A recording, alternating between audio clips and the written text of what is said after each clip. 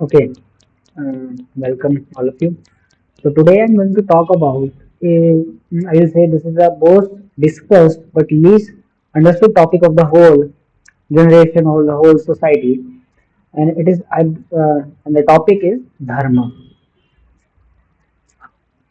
or we say dharma.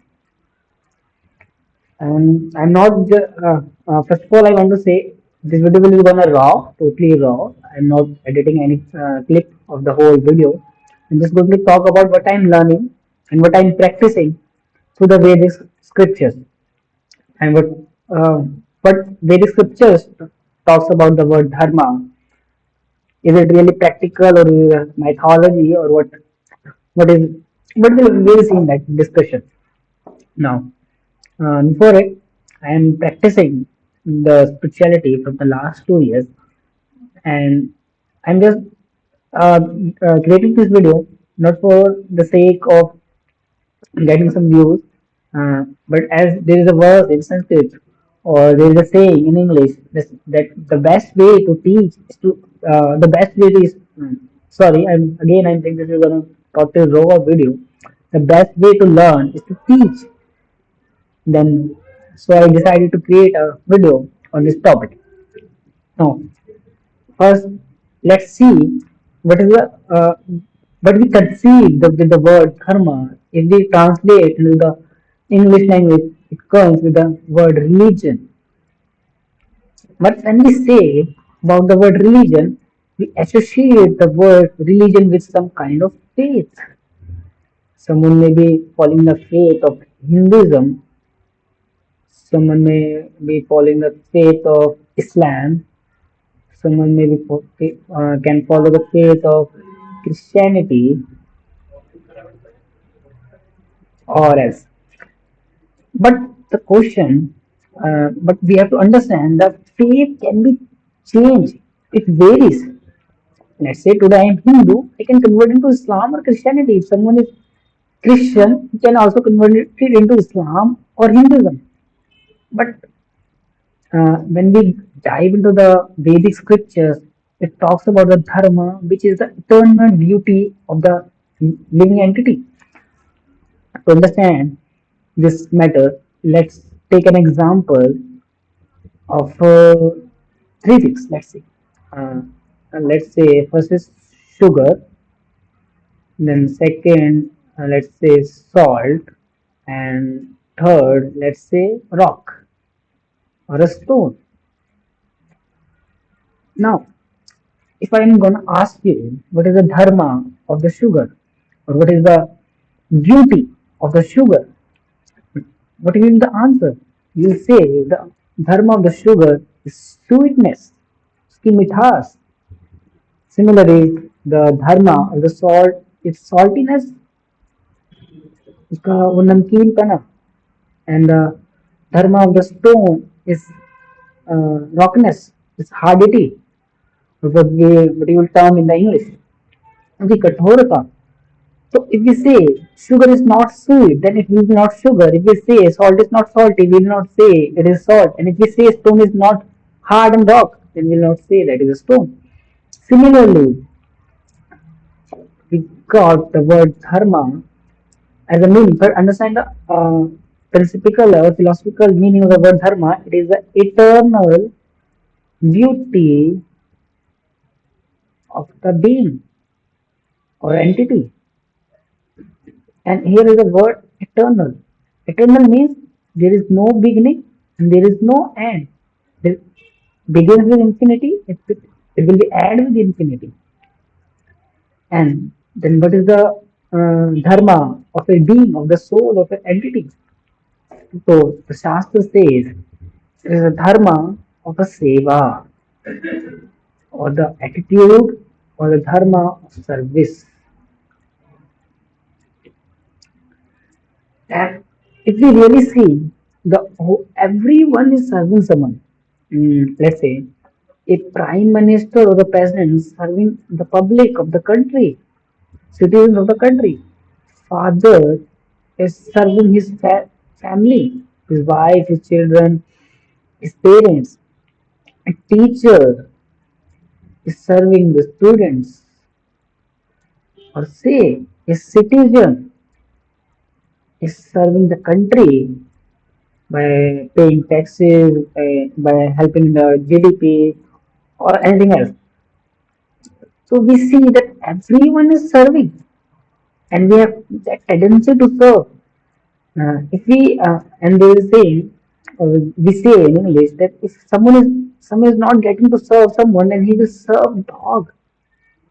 You know, there's a give example. We we keep pets. Why? We have tendency to serve. The scripture says this tendency is eternal duty. This is eternal duty, and scriptures say this is actually real religion. And let's dive into the second side of the religion, or the word dharma. The dharma has two aspects. Dharma is not, I will say, let's say, first understand. First one. Second, there's two things. In a dharma, there are two things. One is knowledge and one is service. And if we have only knowledge, but don't have philosophy, we don't have any kind of practical service for the whole society, then knowledge without service creates ego. And if we only have, we'll say, service, but without knowledge, it will create disturbance in the society. If, if someone is serving, if someone is working for the society, but he does not know how to serve, he don't have any knowledge, that it will create disturbance at the overall growth of the society in the spiritual level. And if someone is uh, if someone is just talking, is saying it will be like that, it will be like that they and he is not serving, he is not doing anything practical for the society, then it is just a show off, it's a disturbance. Or in the technical terms, the scriptures, it is has been said like that philosophy without religion. I'm against philosophy means the knowledge, religion is a practical service. It's just a fantasism. Just, don't go with my writing and the spelling. Just understand the concept. And religion without philosophy is sentimentalism, or we'll say mental speculation, sentimentalism, mentalism. So recently, we had a mega grand Mahakumbh after 144 years, and I went there. We see many camps are there of many different branches of the Indian or the Vedic scriptures or the spirituality. Then we have to see, these are actually two factors. What we have to see, if someone say which system is the best, we have to see is there is knowledge and the service. And let's say, what knowledge? What are the factors of the knowledge? Knowledge talks about three things. Number one, who am I? Who am I? Or where I am? And what is my destiny? Where I will be go? How I will be go? Where I am, where I have to go, and how I will be go. This whole thing culminates knowledge. And in this whole journey, we cannot ignore the society.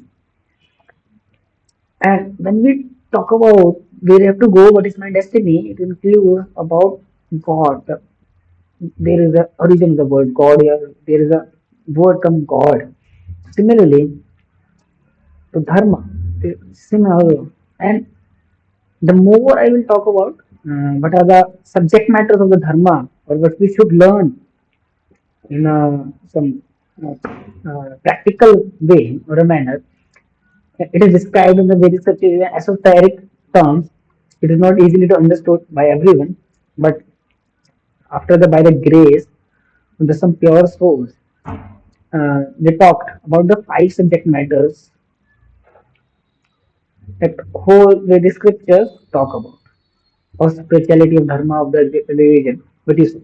Number one, again we say jiva, the soul, who I am, the body. It includes also the knowledge of body. Second, it talks about jiva, then parajiva or paramatma or ishvara. You say ishvara, that's the supreme controller, control. And it talks about prakriti, nature, in what environment we are living, how it works. And fourth, it talks about karma, actions, actions. And fifth, it talks about kala, kal, time factor. In any religion, in any system, there are four common things we talk about: jiva, prakriti, karma, kala. And there is always a concept of Ishvara.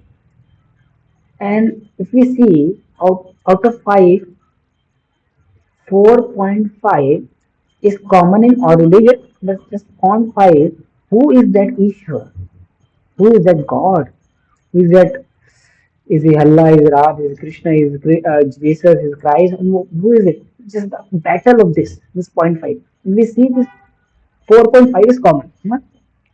And we have to understand this binds the all religion. We don't need to fight for this point 0.5. We first mutually cooperate with for this 4.5. है Now, so this is one of the I will say brief. I will try to explain about the word dharma. Okay. Mm, Again, I am saying I'm not an expert. I'm just a practitioner. That's why I'm trying to preach. आचरण के साथ प्रचार, आचार and प्रचार. Trying and keep learning. Okay, thank you. This is all from my side.